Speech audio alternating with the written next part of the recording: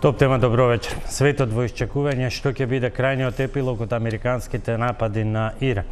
И веројатно одговорот за едно од можните сценарија доаѓа веќе вечерва, односно доцна попладнево, со нападите на Иран на американските воени бази во Катар, Бахрейн и во Ирак.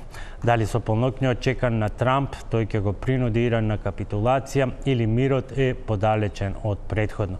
Кои се последиците за турбулентниот регион и глобалниот мир? За ова, а и во пресрет на самитот на НАТО, кој што се одржува утре и задутре во Хаг, Холандија, за темата колку се достижни 5% за одбраната за македонскиот буџет, вечерва разговараме со Славјанка Петровска, поранешна министерка за одбрана, сега пратеничка на СДСМ. Добро вечер и добре дојдовте. Добро вечер, благодарам за поканата. И Павле Арсовски, генерал-мајор во пензија, и сега пратеник на ЗНАМ. Добро вечер и добре дојдовте. Добро вечер, благодарам за поканата. Колку ниту една теза не е на место од мојата најава, односно може да има по 3 различни алтернативи, покажуваат податоците кои што се уште стигнуваат како вонредни вести, а тоа се информациите дека Иран ја започнал својата операција која што според тамошните медиуми е наречена како најава на победата со таргетирање, односно напад на базите во Катар, Ирак и Бахрейн. Генерал мајоре, колку после ова многу од оценките кои што стигна не од врвот на американската армија, туку од врвот на американската политика, сега треба да се земат со резерва. Тука мислам на оние изјави за голема победа кои што ги даде Трамп. Навистина сега неблагодарно се разговара за тема која што се случува од час во час, од минута во минута. Ние кога се договараме вчера за гостување беа едни информации, сабајле други, а пред да дојдеме и влеземе во студио, слушаме за нешто сосема ново. Првично сакам да кажам дека од двоен аспект, она што го тврди американската администрација, дека нивната интервенција, односно удар по иранските нуклеарни капацитети е навистина од војнички аспект гледано ремек дело на добра подготвеност, прецизност, тајност и извршување безпрекорно. Да вие покренете една маса од 125 авиони, да направите едно стратегиско залажување, да трнете бомбардери кон Гуан, кон Западниот Пацифик, а истовремено да ги цела ова ескадрила да ја пуштите преку Атлантикот, да влезе во Средоземјето и да изврши удари прецизни и да се излече од таму без било какви последици, навистина тоа може само Соединетите американски држави и нивната армија. Од друга страна, какви се ефектите од овој прогласување за успех? Успех е самото тоа што го организирале, извршиле и се извлекле. Да, но тука почнуваат се извинувам разликите дури во квалификациите на воениот врв, кој што е многу поразумен, со квалификацијата нанесена е значителна штета, од она што е оценка на политиката, спектакуларен успех, монументална штета, збришана иранска нуклеарна направена известна материјална штета. Знаете, вие може би да направите материјална штета на нивите центрифуги, подземни инсталации, но не можете да ја уназадите таа нуклеарна програма во знаење и во технологија која што иранците ја развиваат низ неколку децении. Значи, знаењето е тука присутно. Од друга страна, мене индикативно е дека Соединетите американски држави за нападот на иранските нуклеарни постројки имаат по дипломатски канали најавено за ударот. И ние следиме дека од Форду, од една од локациите, ден пред ударот имало голема раздвиженост и голем дел од тој материјал нуклеарен е извлечен од таа локација.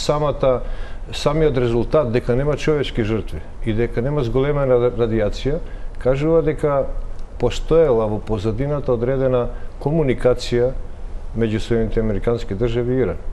Исто како што и сега, додека влегуваме во студиото и слушаме за напади на американски бази на Блискиот Исток, половина час претходно веќе се кренати затворени воздушниот простор и кренати се воздухопловните сили на Соединените Американски држави да ги пресудат. Секој цивил и обичен граѓанин би се праша што значи тоа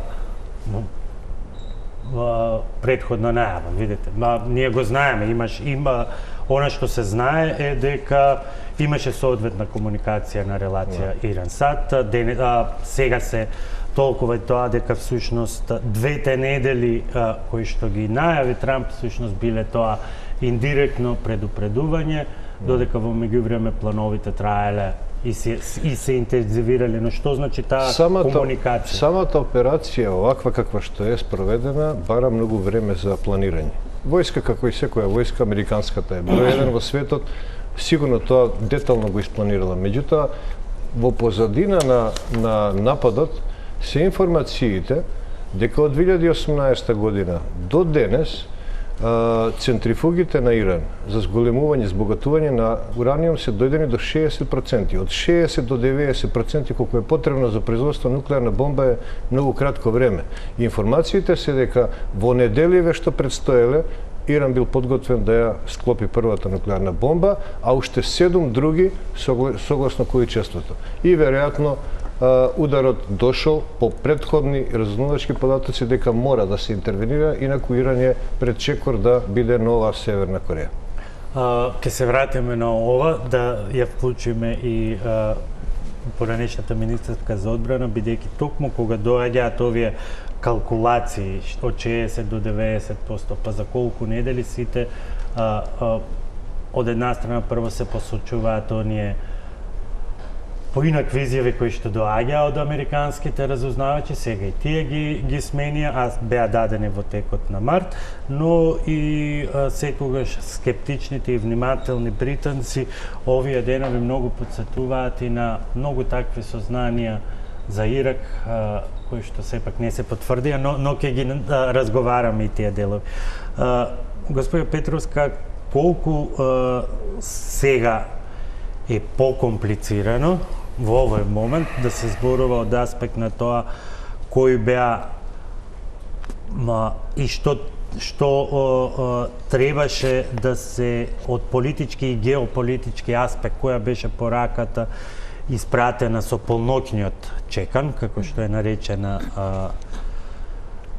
интервенцијата во Ирак, имајќи ги предвид последниве информации, а тоа е дека се остварува најмалку посакуваното и според многумина најмалку очекуваното сценарио од брза реакција на Иран врз американските интереси во регионот на Блискиот Исток и на заливските земји. Операцијата која е спроведена од Соединените Американски држави несомнено има два аспекти. Едниот аспект веќе генералот Артовски го образложи, тоа е воениот аспект. Меѓутоа, да, се согласувам дека има особено големо значење во геополитички аспект гледано. Мислам дека целта беше да се испратат пораки на два фронта. Еден е кон сојузниците и на Соединените Американски држави и на Израел, а вториот е кон ривалите или оние кои се поддржувачи или би можеле во еден момент да ги поддржат действијата на Иран, што впрочем ден после тоа и се виде од средбите и контактите кои што ги има представниците, особено министерот за надворешни работи на Иран, одејќи во Москва, пораките кои од таму беа пратени и така натаму. Она што се случи на неколку минути пред да влеземе во студиото, што стигна како веста, тоа е за последниот напад кој Иран сега го извршува врз базите на Соединените Американски држави, особено во Катар, би споменала. Мислам дека дава еден поинаков или би рекла поспецифичен момент, а тоа е дека сега ќе следува и одговорот на сојузниците, односно на Соединените Американски држави и на Израел, затоа што вчера продолжија и уште пожестоко и нападите врз Израел. Ако до пред неколку часа веројатно едно од сценаријата или една од можностите беше дека се повикува на дипломатско решение, се повикува на седнување на маса и разговори, се плашам дека со овој потек што сега го направи Иран, дека тоа е малку подалеку на агендата, односно не е во преден план разговорите или дискусијата. Во поглед на тоа зошто, ќе ми дозволите да дадам коментар, зошто Соединените Американски држави може би неочекувано баш тој ден или таа вечер го направија нападот, ако се анализираат изјавите кои претходно беа давани, особено како официјални ставови на Белата куќа или на председателот Трамп, тогаш можеше во дел од нив да се надговести дека ќе следи напад. Сега останува енигма, барем за нас по широката јавност, да знаеме што какви пораки биле испраќани во директна комуникација, затоа што официјалните изјави, официјалните комуникации беа дека се повикува на преговори, се повикува Иран да се одврати од создавањето на нуклеарното оружје, па дури ако се видат изјавите на директорот на меѓународната агенција за атомска енергија, ќе се види дека тој вели дека нема нуклеарно оружје, но дека нема докази, но дека има нуклеарен материјал. И ако се анализираат и оние останати изјави за колку кратко време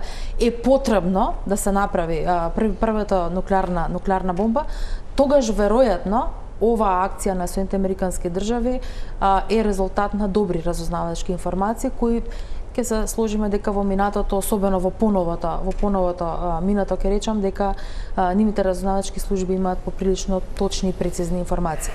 Сега вториот момент е што точно е погодено, колкава е таа штета, тоа не верувам, барем од она што нам ни е достапно, дека сега во моментот ќе се утврди, меѓутоа очекувам дека во наредниот период ќе се знае и ќе се знае колку време ќе им треба за крепнување, да кажам, меѓутоа таа е на друга димензија. Важноста е пораката која што е испратена, дека и Соединените Американски држави и сојузниците остануваат на линијата за борбата против тероризмот и дека ако сакаме да разговараме за мир во светот, тогаш треба подеднакво сите да допринесуваме. Затоа што едно е вие да давате изјави дека сакаме да преговараме, а во позадина машинеријата да ви работи на создавање на нуклеарно оружје. Господин Арсовски, колку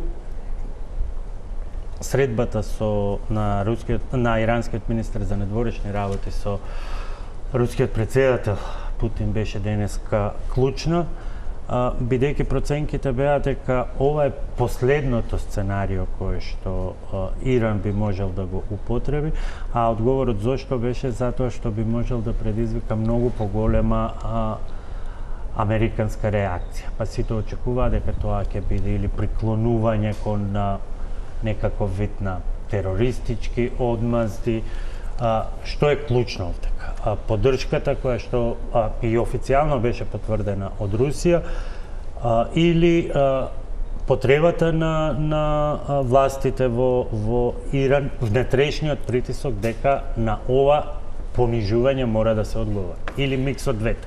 Одлична е поентата. Значи, по ударот ги слушавме коментарите од сите инволвирани големи актери. Кина и Русија секако го судија нападот, но повикаа на деескалација и на разговори и преговори. Европска унија или НАТО членкиви исто така изразија загриженост и повикува на деескалација и на почеток на разговори за нуклеарната програма на Иран. Русија и Иран имаат долги години на соработка. Русија е таа која што ја има изградено и првата нуклеарна централа за цивилна употреба и уште 2 реактори се во изградба, не сум сигурен дали се завршени, со технологија од страна на Русија. Едноставно, во овој случај, заминувањето на министра за надворешни работи во Русија и потврдувањето на тие блиски односи меѓу Русија и Иран не се ништо повеќе од дипломатска активност за останатите кои што ја следат работава. Ја мислам дека Русија не е во состојба сега да пружи некаква значителна поддршка или помош на Иран, бидејќи сама има своји сопствени проблеми со војната во Украина. Она не може сама себе си да си помогне, а не да му помогне на Иран. Одговорот на Иран, ова ви е добра поента, иранскиот режим пред сопствените граѓани, пред иранците, мораше да одговори на некаков начин. Прво беше вчера еден одмазнички удар со голем број на балистички ракети кон Израел. За овој вториот не бев сигурен дека ќе бидат спремни да го направат. Вчерашниот се толкуваше некако и како удар што се вели во овие 10 дена. Во слепо колку да се да, има но голем беше бројот. Но сите одмеруваа дека сите мерија кој би бил следниот потек, особено од аспект што за разлика од Израел, кој што отворено споменува дека целта е промена на режимот, САД се воздржуваше до вчера и од тоа. Се до онаа изјава на американскиот мрежа дека ако е можно и тоа, и промена на режимот, меѓутоа видете, да го направиме Ирак повторно голем. Да, голем, тешко е да верувате дека со удари од страна или со бомбардирање можете да доведете во состојба да се смени режимот, бидејќи слаба е опозицијата демократска во Иран. Од друга страна може да постигнете само контраефект, да ги зајакнете тврдокорните поддржувачи на исламскиот режим во Иран, па и сите иранци заедно да ги соберете околу идејата дека државата е нападната и треба да се брани. Така да промена на режим на ваков начин е апсолутно невозможно. Петровска, сега веќе се е поинаку, дури во однос на она што се сметаа за некакви сојузништва. Она што го заговара Велика Британија, враќање на преговарачка маса очигледно веќе е невозможно. Европската Унија практично беше избламирана, бидејќи додека Европската тројка нешто преговараше, практично не беа ни столчињата изладени од преговорите на ЕУ со иранската делегација, се случи ова што се случи. И многу позначајни се, сега не е толку едноставно, САД и Израел на една страна, Русија и Кина на друга страна, Европска Унија некаде помеѓу. Со овие напади имаме една сосема нова ситуација, а тоа се позициите на земјите од заливот. Тие не го сакаат Иран, гледаат закана во Иран, но подеднакво гледаат и закана во она што Израел деновиве го демонстрира, тоа е апсолутна воена моќ во овој дел од светот. Да, но она што Израел го демонстрира, па и овие напади кои се случија од страна на Соединетите американски држави, не се однесуваат на останатите земји, туку се директно фокусирани само на она што е состојбата во Иран. И да, ќе се сложам дека ако претходно кога се зборуваше за состојбата не беше на дневен ред промената на режимот, сега веќе од вчера имаме една нова, ајде да кажам, политичка порака која што се праќа. Во вакви околности ќе биде многу тешко тоа да се случи, затоа што сега таму е војна практично. Меѓутоа можно е тоа уште повеќе, сега е пак ќе речам прашање на време, дали ќе биде сценариото да тоа ги мобилизира граѓаните во одбрана или пак ќе се зголеми бројот на оние кои што ќе побараат промена на тој режим. Како и да е, мислам дека јас не би сметала дека Европската Унија треба да се чувствува изиграна, иако ако седите на преговарачка маса и се вложувате нели за мир и за поинаков начин на решавање, од друга страна после неколку часа гледате сосема поинаков одговор од тоа, меѓутоа мислам дека сите актери и Европската Унија и Велика Британија мислам дека се во поддршка.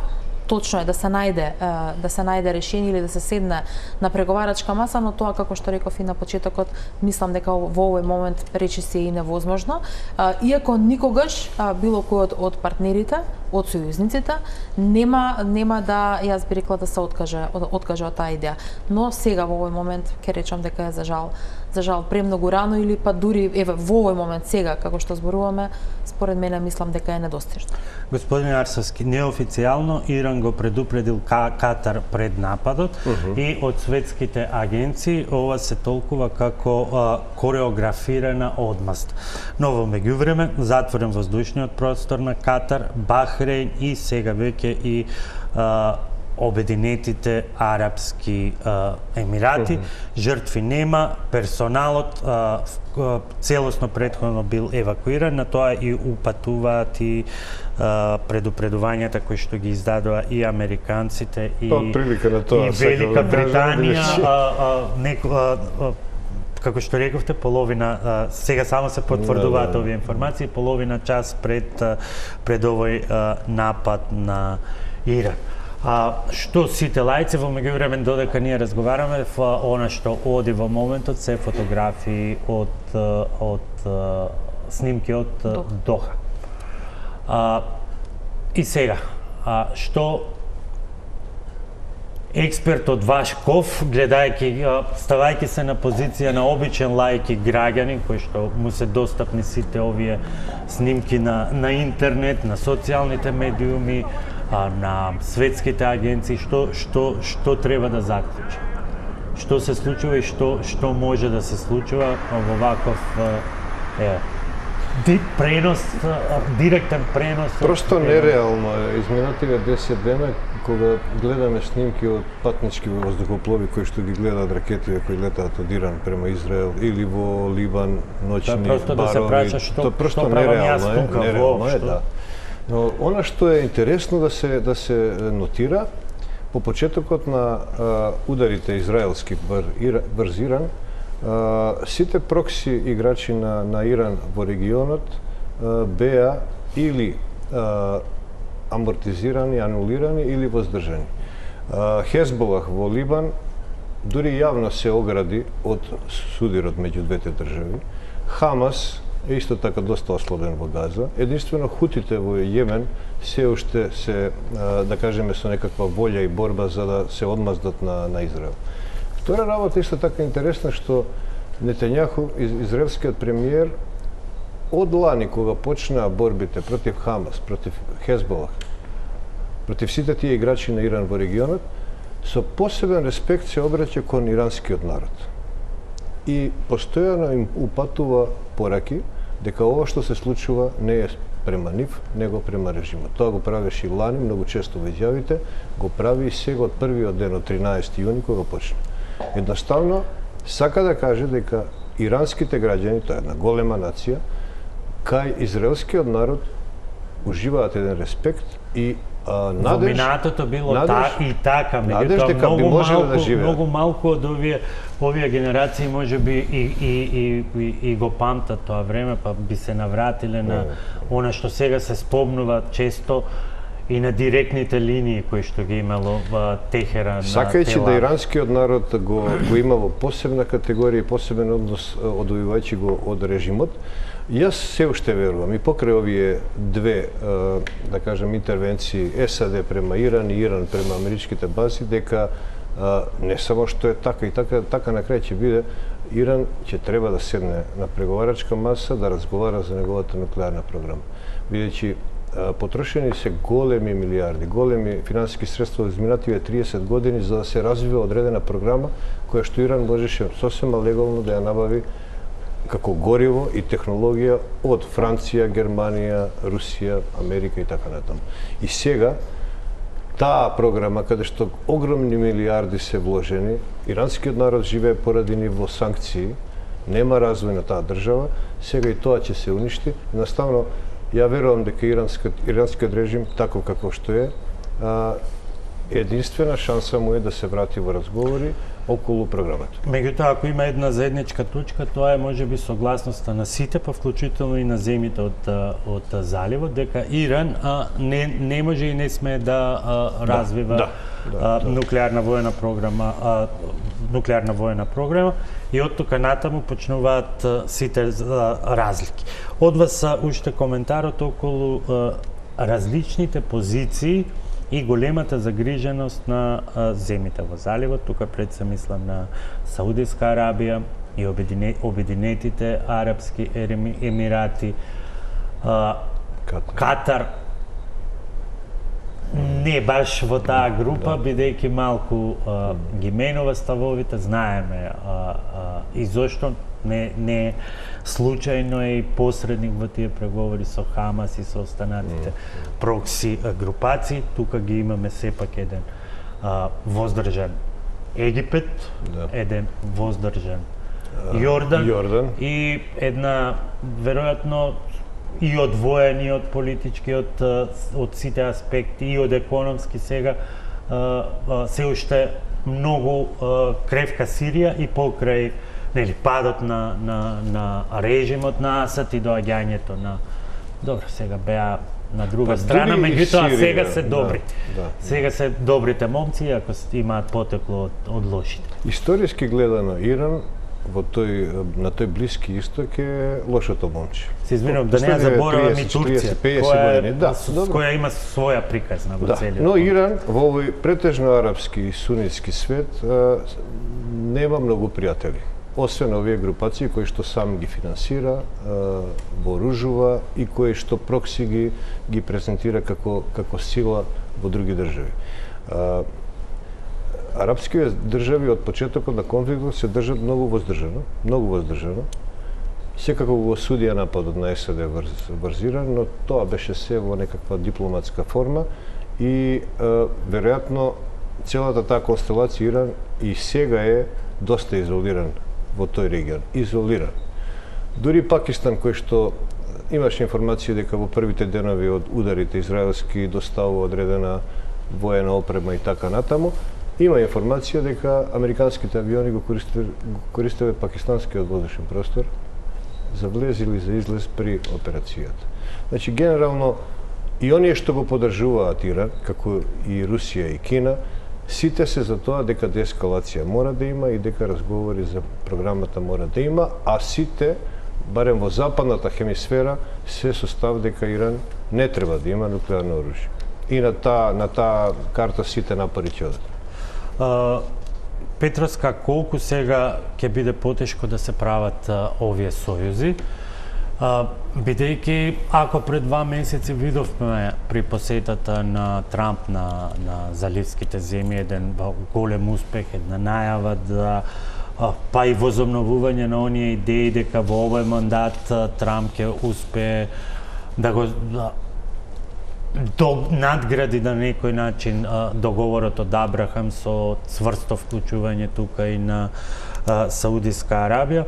Колку сето овие сојузи во моментот можеби не се доведени во прашање, но сепак има една неизвестност, бидејќи официјалниот став на Саудиска Арабија е дека ова е последното нешто што ни требаше, а нашата цел е сосема поинаква, а тоа е нов, модерен свет и практично доминација во сето она што тие се обидуваат да го направат во последниот период, модернизација, нови технологии, обидувајќи се и оние, особено кај Саудиска Аравија, оние своји мрачни фази од поддршка на одредени терористички групации и така натаму да ги остават длабоко во своето минато. Мислам дека од тие причини и особено Саудиска Арабија нема да завземе став спротивен на Соединените Американски држави, иако се согласувам дека она што тие го осудија како напад е повеќе дипломатски одговор, односно дипломатска порака, затоа што нивната крајна заложба е, и самиот рековте, а тоа е модернизација на земјите. Во таа нивна намера за модернизација, демократизација на земјите, Иран сериозно застанува или би рекла дури им прави проблеми. И веројатно нивната досегашна политика на неутралност, па дури на моменти и можам да кажам со укор однесување е практично во таа насока. Тие никогаш апсолутно нема да поддржат било каква интервенција, особено од вакви размери во земја која е во нивното опружување, и тоа е сосема разбирливо. Но нивната крајна цел е практично сојузништво, не велам од воени цели, меѓутоа сојузништво од други причини со западните или со демократските земји. Затоа што мислам дека премногу долго тој дел од светот беше и се жал се уште заради ваквите земји окарактеризиран како недемократски, како земји во кои внимавајте кога патуваат и така натаму. Тоа не одговара на визијата на она што го прават овие неколку земји. И од тука мислам дека да, се сложувам она што пред неколку месеци се случи, односно посетата на претседателот Трамп и начинот на кој беше тој пречекан и така натаму и силните пораки кои беа испратени, не сметам дека ќе има чекор назад во таа соработка. Веројатно сега со овие околности можеби малку ќе биде статус кво, затоа што приоритет ќе се даде на ова што е сега во моментов, за жал, актуелно, меѓутоа сметам дека нивната соработка и понатаму ќе продолжи, затоа што во сиот овој период на развој на светот, на технологиите, на економијата, веќе па и ние како мала земја ќе приметите дека стануваме меѓусебно зависни и поврзани. Така што пресекувањето, да кажам, на било какви релации и односи, несомнено дека ќе се одрази негативно и врз остатокот од светот. Колку американската тактика и самата оваа операција и покрај изјавите на глорификација и покрај сите оценки на воените експерти дека е тоа една навистина голема акција која што може да ја спроведат само американските сили, имаше и во својата идеја можеби некои насоки кои што беа нејасни и се чинат на некој начин логични како прашања за лаиците. А тоа е, ако е неутрализирана иранската нуклеарна програма, тога зошто Иран би преговарал сега за договор како од вчера? За тоа е мирнодопска нуклеарна програма, односно дали тоа ги уништува шансите за дипломатски договор, барем во догледно време, и дали Иран сега е во позиција да, бидејќи врати со на најсилниот начин, што малкуме не очекува, дали Иран сега е во позиција да нема што да изгуби? Не, мислам дека ако Иран не се врати или не седе на преговарачката маса, кога тоа и да се случи, дека има многу што да изгуби. И меѓутоа веројатно мислам дека одговорот кој денеска следеше, и јас лично, ова е моја оценка, е дека е премногу емотивен од водството и дека не е воопшто разумен. Затоа што можеби сметаат дека на ваков начин треба да возвратат за да покажат дека не изгубиле ништо, односно дека гордоста не им е повредена. Јас не се сложувам кога ќе имате предвид колкава е воената мок на останатите земји, не би сакала да му дадам совет на никој дека треба да даде ваков одговор. Зборувам за Иран. Дали тие ќе седнат на преговарачка маса? Јас мислам дека тие за жал ќе седнат, или за среќа наша, меѓутоа би посакувале што тоа се случи што е можно побрзо. Реков дека развојот на настането на што денес се случува и одговорот сега ќе треба да го видиме, не одат, барем за сега, не ги носи патот натамо, меѓутоа на крајот од денот секогаш сите војни и сите конфликти завршувале со седнување на маса.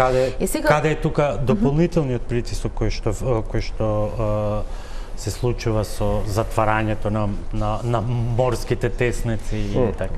Да, и тоа е еден од ајде да кажам, обидите да покажат дека зависиме од нив, остатокот да речам од светот дека зависиме од нив. Ќе биде тешко ако се случи тоа, бидејќи одлуката сега е само на парламентот, треба да ја потврди највисокиот орган, тоа е Советот за национална безбедност, мислам дека така им беше називот. Се уште тактизираат, барем до овој момент, немаше потврда дека ја потврдуваат или не, иако имаше некои информации дека определени бродови веќе се закотвуваат на страна. Меѓутоа, не мислам дека тоа дополнително апсолутно ќе ги отежни нивните позиции во поглед на тоа како ќе бидат перцепирани и ќе предизвика, да, се сложувам, дополнителни проблеми за остатокот од светот, меѓутоа не дека нема да се надминат. Веројатно, прво знам дека сите алудираме на цената на нафтата, која што ќе биде очекувано дека ќе скокне. Меѓутоа, мислам дека тука државите ги имаат... Марко Рубио вели би било лудо, сите ќе страдаме, но најмногу ќе страдаат тие. И јас апсолутно се сложувам, затоа што повторно ќе кажам, кога тргнувате во некаква операција, кога тргнувате за тоа да возвратите на некој удар, тогаш треба да ја знаете точната пресметка на силата која има од другата страна.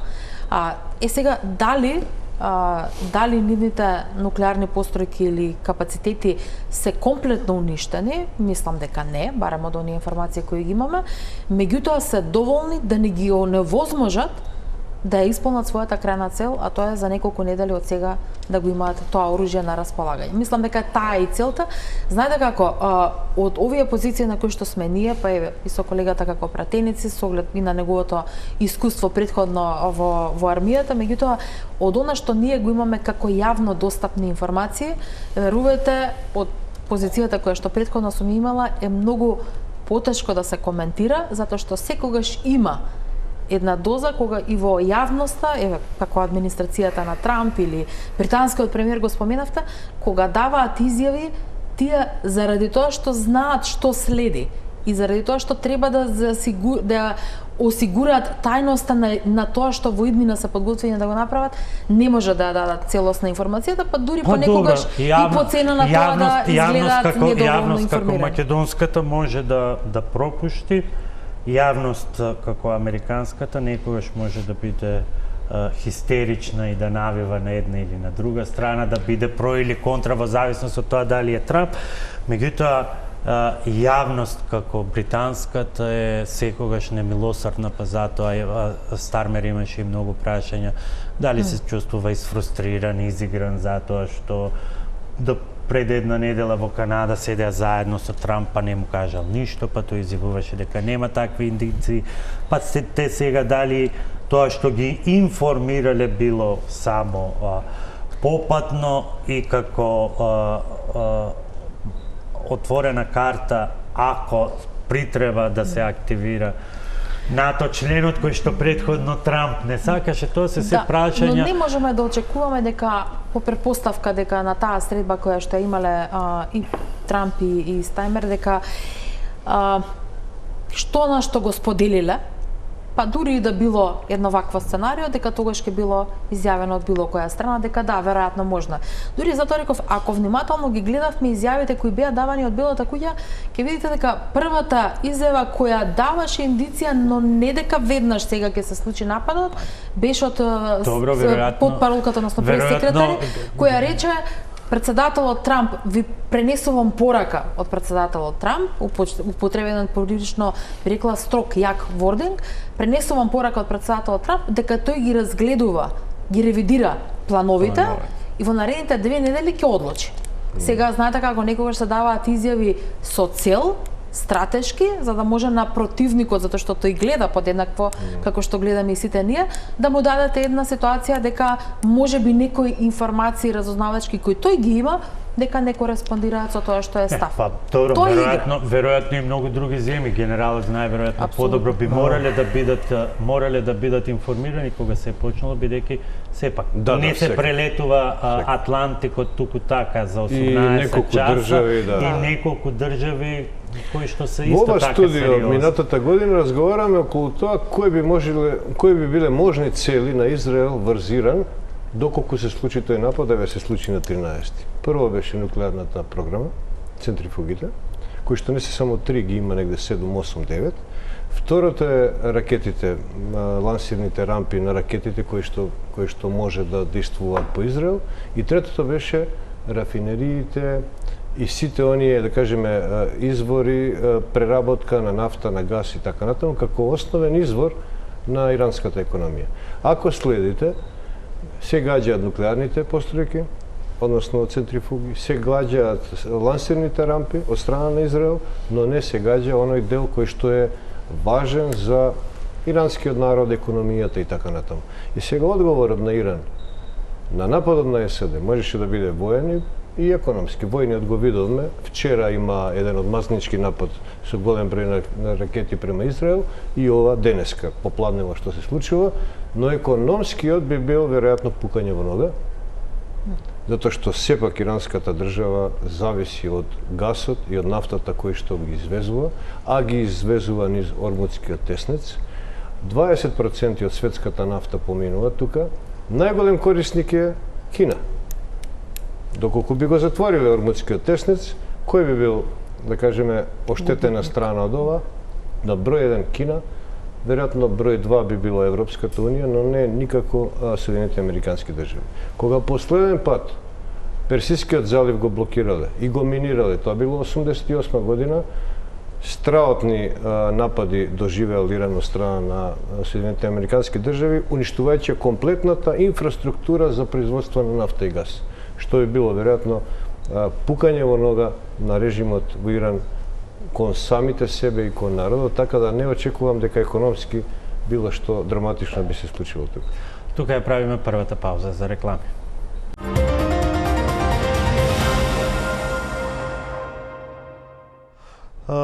Продолжуваме понатаму. Господине Арсовски,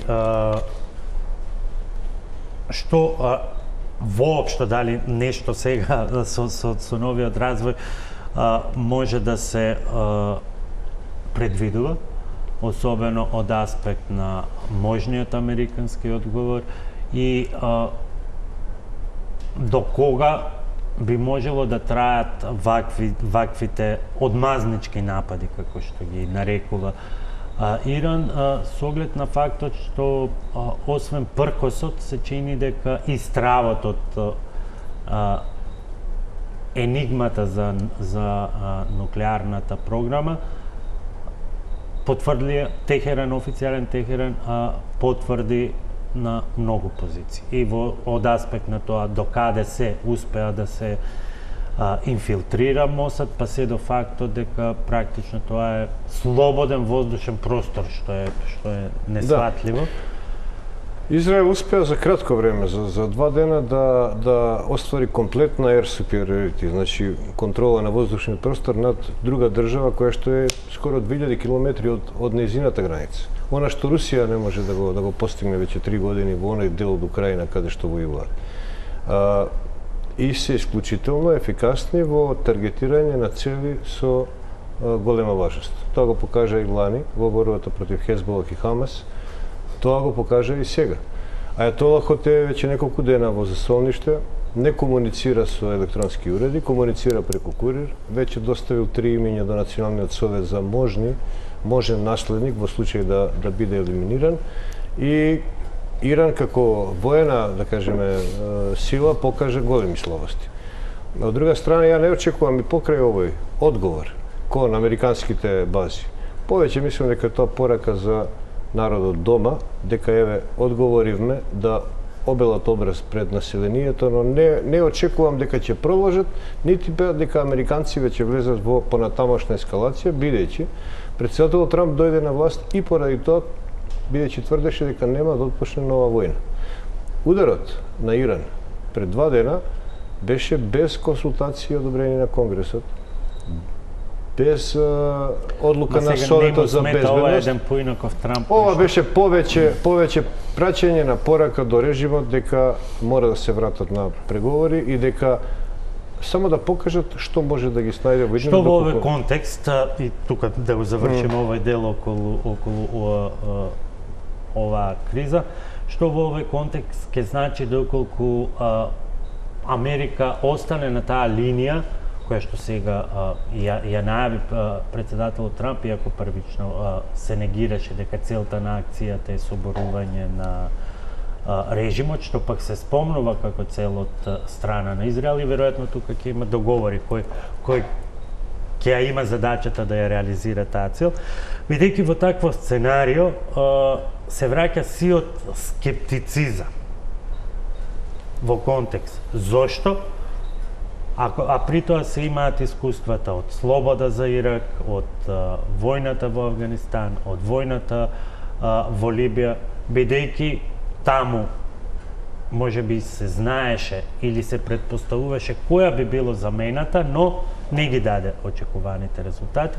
А овдека се чини дека постои комплетна енигма што би била алтернативата на режимот и колку таа во овој момент би можела да ја реализира својата цел во услови кога и самиот рековте има напротив многу поплодна почва за пораст на сите тие прокси групации кои што се хранат од тој револт кон Запад.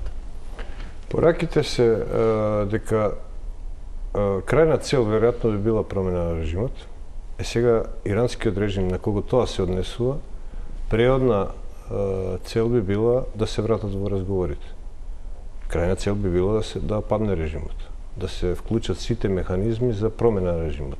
И режимот размислува како да се однесува дека влегување назад во разговорите, преговорите и дозволување на инспекторите на Меѓународната агенција за нуклеарно оружје да се вратат на инсталациите би била вин-вин ситуација за режимот. Многу индикативно е сабајве една информација од израелскиве високи функционери дека доколку Иран прекине со испраќање на ракети или бомбардирање на Израел, и Израел би бил согласен за прекин на огнот. Тоа прв пат го слушнаме во овие 10 дена, што се сигнали кои најавуваат дека за режимот во Иран дека враќањето во разговорите е веројатно и за нив вин ситуација. Петровска, колку ако она што го најавува отворено Израел, а малку срамежливо засега Трамп, меѓутоа кога иако е на социјалните медиуми, индикативно е се што тој ќе каже, колку тоа може да ја смени ситуацијата и колку тука држи и е оправдан сиот скептицизам и сите подсетувања на се што следеше и значеше слобода за Ирак, интервенцијата во Авганистан, соборувањето на Гадафи, особено интервенцијата во Ирак, имајќи предвид какви се последици тоа имаше пред се во Велика Британија, која што повторно ќе биде прва во одлуката каде ќе се приклони можеби и големиот дел од Западна Европа, проблемите што ги имаше во Британија поради лажните и лошите информации за тогаш Садам Хусейн и неговите.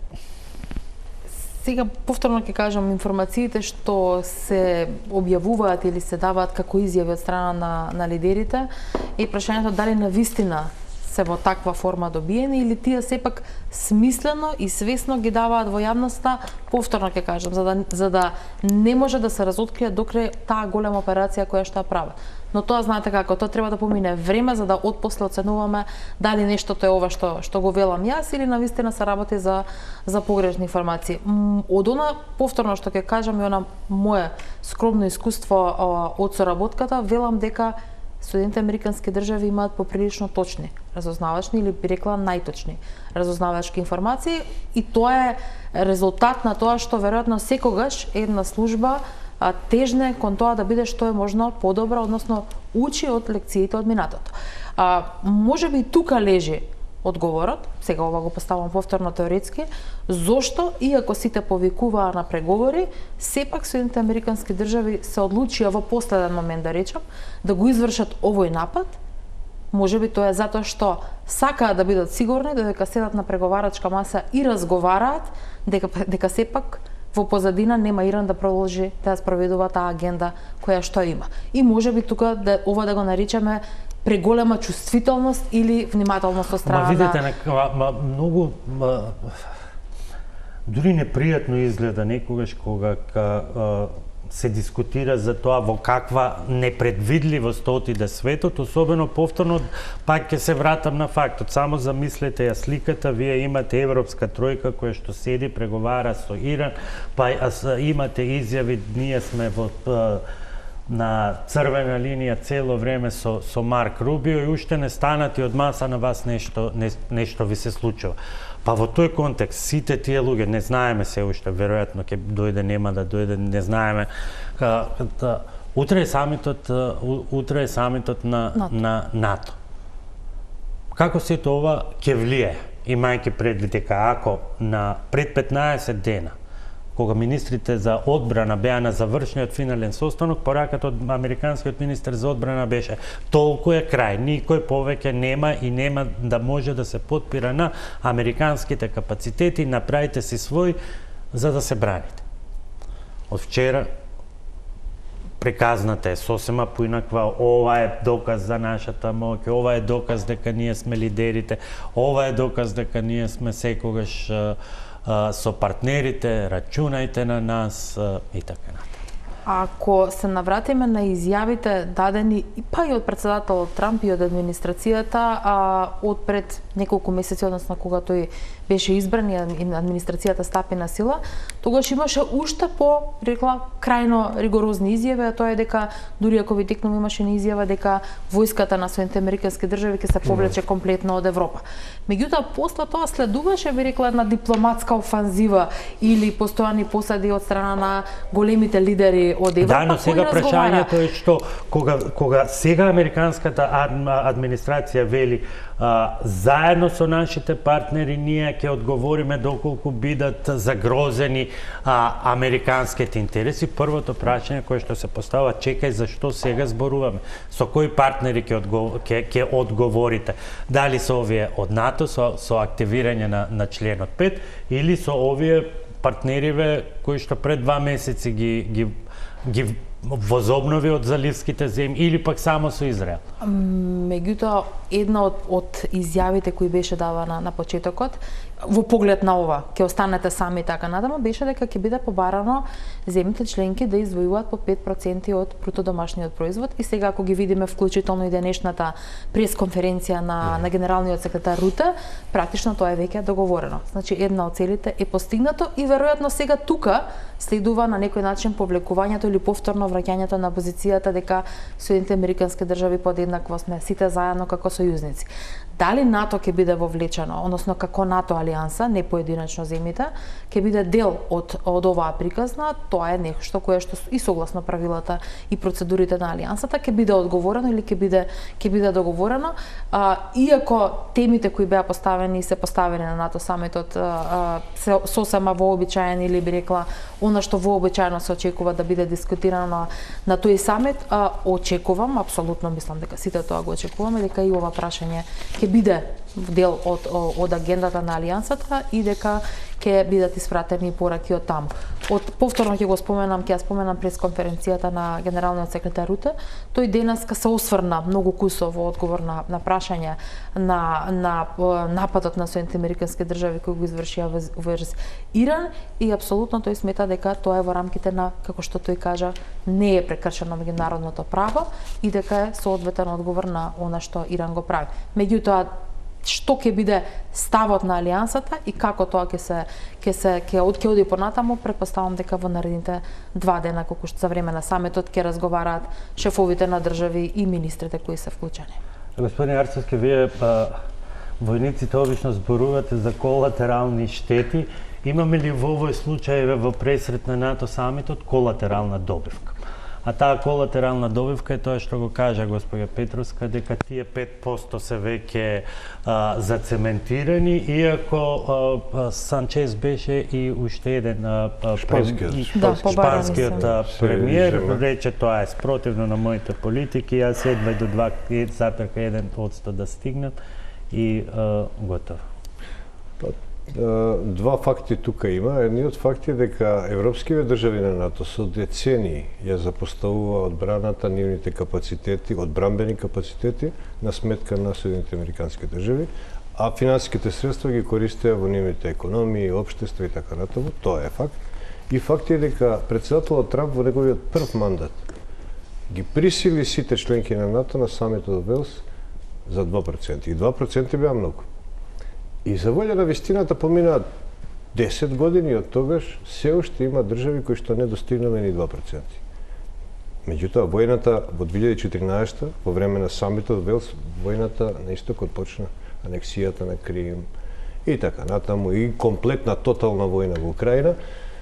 Факт е дека европските држави мораше да се разбудат, да превземат дел од одговорноста за безбедноста на европскиот континент, да не се подпираат на трансатлантскиот партнер. Мораше тоа да го направат.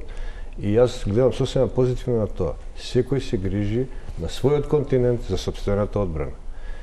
А овие 5% сега, се во наредните 10 години, ќе бидат тешко остварливи. Кога велам дека 2% не може за 10 години да ги остварат, 5% веројатно ќе биде за голем број од држави недостижно, освен на оние кои се на првата линија на загрозата или опасноста од Русија. Тоа е Полска, Балтичките земји, Турција беше многу активна во тој дел, но ние како држава и нашиот министер имаше изјава негде минатата година на крајот дека 3,5 со 1,5 можеме да разговараме. Тие 1,5 се индиректни трошоци поврзани со одбраната, па еве британците имаат добар концепт како развојот на ширењето на интернетот во руралните подрачја ќе го калкулираат како трошок во аспект на сајбер безбедност. Ако мрежата се користи за воени потреби. Да. Колку ќе биде ова тешко или остварливо или ќе биде товар за македонската одбрана? За македонската одбрана мислам дека ќе биде дополнителна добивка. Затоа што има уште многу планови и проектите особено за модернизација кои мора да се завршат пред се заради градењето на нашата национална одбрана. Но за македонската економија или за буџетот на државата ќе биде предизвикувачки, тука нема дискусија и веројатно ние ќе треба да бидеме, сега зборувам ми како држава, мудри за тоа како со средствата кои ќе бидат одделувани понатаму за одбраната, постепено ќе се расте и тоа е предноста што тие 5% е невозможно да ги достигнеме за 2-3 години, за 10 години веројатно некако ќе успееме, но ако го искористиме искуството на земјите членки на алијансата кои далеку пред нас станаа членки, ќе видите дека има начини како тоа да го направиме, а да биде добро за поширок, би рекла, спектар, да не биде изрично фокусирано само на одбраната.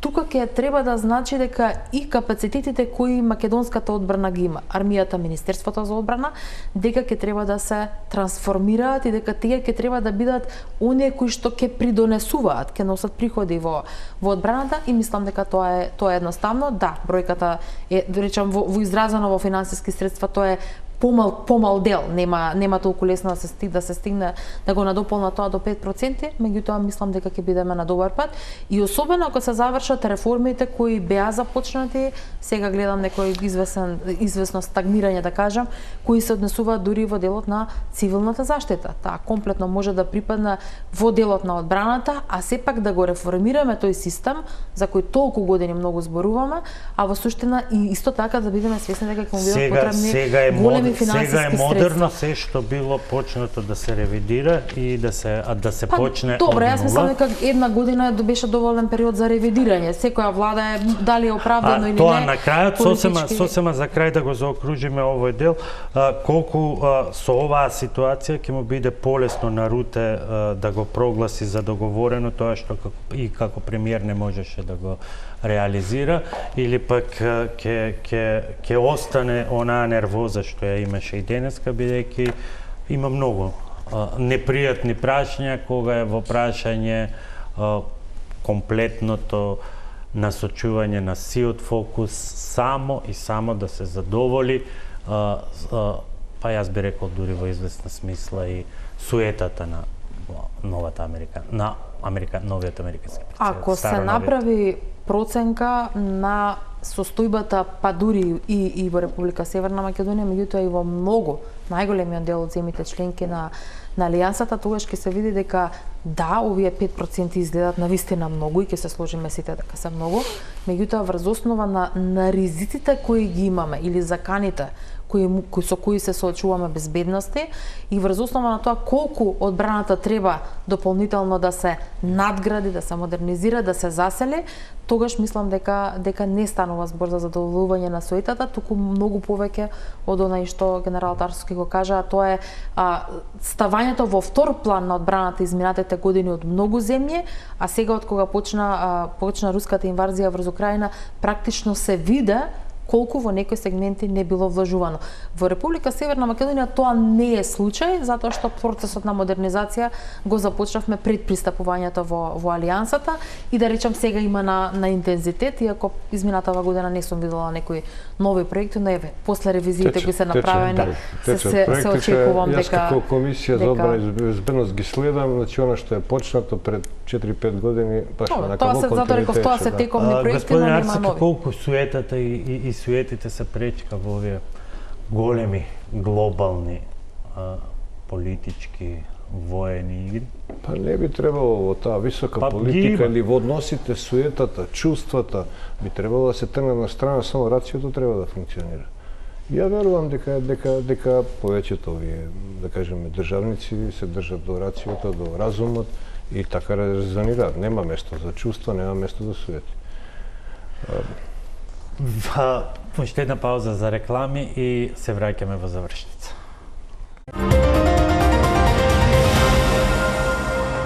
Веќе сме надвор од времето, па во по една минута и 20, она што е топ тема во Македонија се случува веќе во моментот, отчет пред владата, тие што очекува некаква пресконференција со прашање, може да ќе останат и малку и разочарени.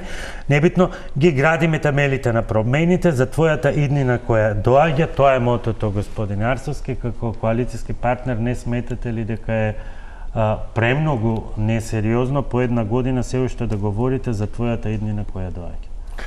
Па сметам дека не е несериозно. Една година е еден доволно време за да се стабилизираат процесите, да се пополнат празнините, да се преструктурира комплетната државна управа, да се смени сетапот на размислување во тоа што и како сакаме да Македонија изгледа. На надворешен план, јас сум многу задоволен од тоа што владава има став, ги брани ставовите, проактивна е на меѓународна сцена, бранејќи ги националните и државните интереси. На внатрешен план, бројките велат дека... Од што сте задоволни од тоа што е во периметарот на Трамп и во дворот на Орбан со ниту една посета, нит некој ти доаѓа, нит некој такани? Ние имаме сега влада која има став по одредени прашања, ги брани ставовите и е проактивна. На внатрешен план бројките велат дека и економски државата се здравува, намалена е на инфлацијата, имаме раст, имаме инвестиции. Не се случило да имаме над милијарда евра инвестиции, големи проекти се во најава, некои се веќе започнати. Сето тоа ветува дека ќе имаме и економски раст и подобар стандард на граѓаните.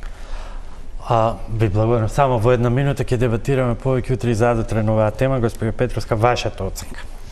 Јас би рекла многу лош почеток, многу лоша година за оваа влада, како ВМРО да помene да не беше 7 години опозиција, па да се подготвува. На почетокот имаше најави минатата година кога ја превземаа власта дека доаѓа најдоброто од нив. Се надевам дека во следната година стварно ќе видиме нешто подобро, затоа што со ваква политика која ја тераат, не мислам дека нешто многу добри резултати ќе имаме. Она што особено е поврзано е со делот на одбраната и после 6 месеци се уште немаме амбасадор на нашата земја во НАТО алијансата, што патува една, да речам, не толку добра порака во тој дел. Ви благодарам што вечерва бевте гости во Топ тема. Вам, почитувани, ви благодарам за вниманието. Останете на тел.